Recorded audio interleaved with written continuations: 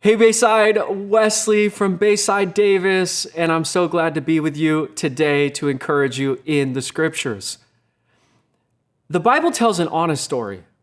What do you mean by that, Wesley? Here's what I mean. The Bible is not a story of all of these perfect, flawless, no suffering, no pain, spiritual heroes. The Bible actually tells a story of flawed, broken, suffering spiritual heroes. All of their mountaintop experiences, all of their valley experiences, all the times that they succeeded and all the times that they failed, and all of the difficult, painful challenges that they faced in life, following God, living for God, trusting God.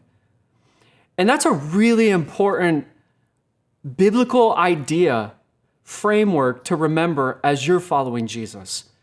That if the Bible tells an honest story about life and God and following Jesus, then we should be okay telling an honest story about our life and our faith in God and following Jesus, which means none of us are perfect.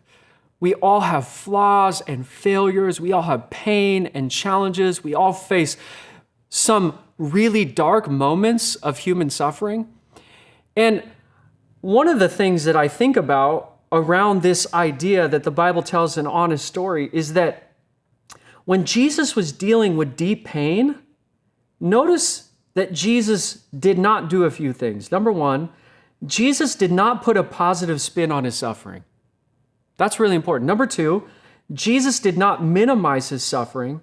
And number three, Jesus did not isolate himself in his suffering. Rather than doing those things, which sometimes we do, here's what Jesus did.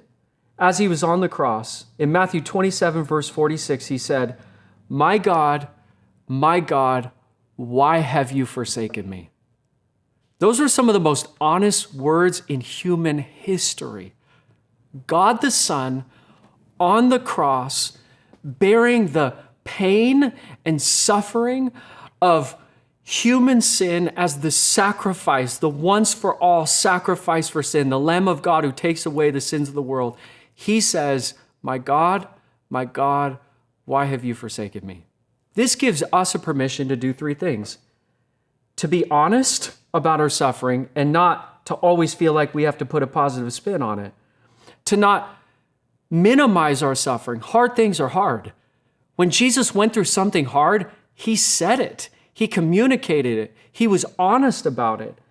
And also, he's talking to God, right? He's facing this suffering in an honest way, but he's connecting God. He's attached to God in his suffering, which means when we are suffering, we shouldn't isolate from God. We shouldn't detach ourselves from God. Suffering is not an indicator that God has detached from us. Suffering is an opportunity to attach ourselves to God in an honest way and to find our faith deepening, the roots of our faith deepening as we walk with God through pain and suffering.